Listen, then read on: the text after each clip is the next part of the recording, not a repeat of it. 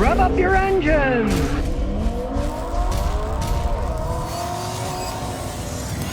Maybe we'll be driving Amazon vehicles in the future. Amazon's putting a lot of push into driven technology. They put $700 million into that Rivian, the electric truck company in Michigan, and they have a whole bunch of patents that they have recently done that are in the auto-related field. You know, they're going to tell you exactly what they're doing, but it sure looks like they're thinking about getting into the self-driving technology, into Uber-type technology. Bezos is no fool. You know, everybody laughed at him when he sold books at Amazon and said, you know, he'll never make money selling books online. What kind of a fool is he? Well, look at him. You know, he was the richest guy on the planet. So he's got some pretty good business savvy there, and I would personally watch what this guy's doing in the automotive business. Generally has plans that go far into the future, just like the Japanese, when they thought 5, 10 years in the future, and now a lot of people are driving Japanese cars. So who knows? We might be driving Amazon cars in the future. Tristan Williams said Ford 500 Limited, 181,000 miles is a good buy, please. Well, that's fascinating question. I got one sitting in the driveway right now I'm doing a brake job on. The guy bought it a year ago for $3,000. He loves the vehicle. They can be excellent vehicles, but you want to check it out before you buy it, because here's the one thing. They came with both CVT transmissions and 6-speed automatic transmissions. Contrary to what I normally say, that I'd never buy a CVT. In that case, I would buy the Ford CVT transmission and not the 6-speed automatic, because the 6-speed automatics had a lot of problems in those. So if you find it's a CVT transmission, you pay a little, like my customer did, $3,000, hey, might be a good knockaround car. He got a great deal. He puts his tools in, he drives all over the place in it. James Francois says, how do I know if my alternator's bad? Well, when it's really bad, the car won't start. The alternator charges the battery. If it stops charging, the battery will run out of power and either won't start when you try to crank it, or you'll be driving down the road and the car will die, and then when you try to crank it, nothing will happen. Now, you can also tell when it's starting to go out if the bearings are wearing out. Bearings in the front of it, bearings in the back of it. Starts roaring and making a lot of noise, they're bad.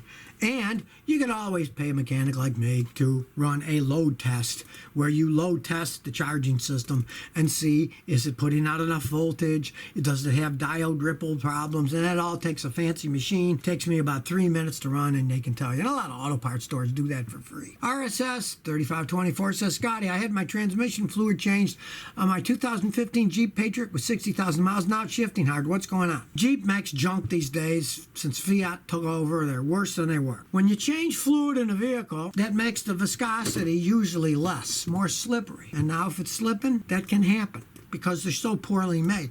Now in the olden days, we'd change the fluid every 30,000 miles and we never had any problems. But now they tell you, oh, you don't have to change it, it's lifetime fluid or whatever. I'm assuming the guy put the right fluid in. Find out if it's the right fluid and the right amount. Because I have seen with friends of my customers who ended up becoming my customers, they'd have it changed and then it would do that. I'd say, well, bring it to me. And then I would drain it all out, and then I'd fill it up, and I'd find out that they didn't put enough fluid in, or they put too much fluid in, and it caused problems. There are a lot of idiots out there these days, because if it's not full or if it's overfull, you can have problems. It could be the guy screwed up when he changed it. Creative Minds 99 says, I got an '06 Jeep Liberty. The AC blows cold, but it freezes up for an hour or two on the road. Okay, generally when they freeze up for an hour or two, what's happening is your evaporator is freezing solid, and it freezes solid because the temperature sensor that's on the evaporator has gone bad. How they work is the compressor compresses the refrigerant, then it expands in the evaporator and absorbs heat. It's a heat sink is what it is. There's a temperature bulb that pushes into the evaporator in the dash. And once the temperature gets below like 40 or 39 degrees, before it gets below 32 where it freezes, it turns the compressor off. When that system doesn't work right, the compressor just continues to run, and then it can freeze it up. So what you want to try is, and I've done this sometimes without having to take the dash apart, don't use the recirculated air, use fresh air. And always have the blower on full blast, because we had a Toyota that used to do that. When we went to Galveston to Houston, when we went down in the daytime, it wouldn't freeze up, but coming back it would at night. And I found that by putting it on fresh air and not recirculate, it was getting hot air coming in, and with the fan on full blast, it could never freeze up, and it never did. If you run the fresh air full blast, odds are it won't freeze up, because if the air's hot outside, like here today it's going to be 99, that 99 degree air coming in fresh on that evaporator, odds are it's never going to be able to freeze. It's too hot. So try that. Otherwise you're going to have to take the whole dash apart, and those Jeeps that cost a fortune to do that. Some says, Scotty, what could be the consequences of driving with a leaking exhaust manifold? Is it worth it to try JB Weld or similar product to fix it? Generally, you can't fix leaks on the exhaust with JB Weld. It's too hot. They'll break off. The only thing that can actually work, let's say you got a cast iron exhaust manifold, is welding it up.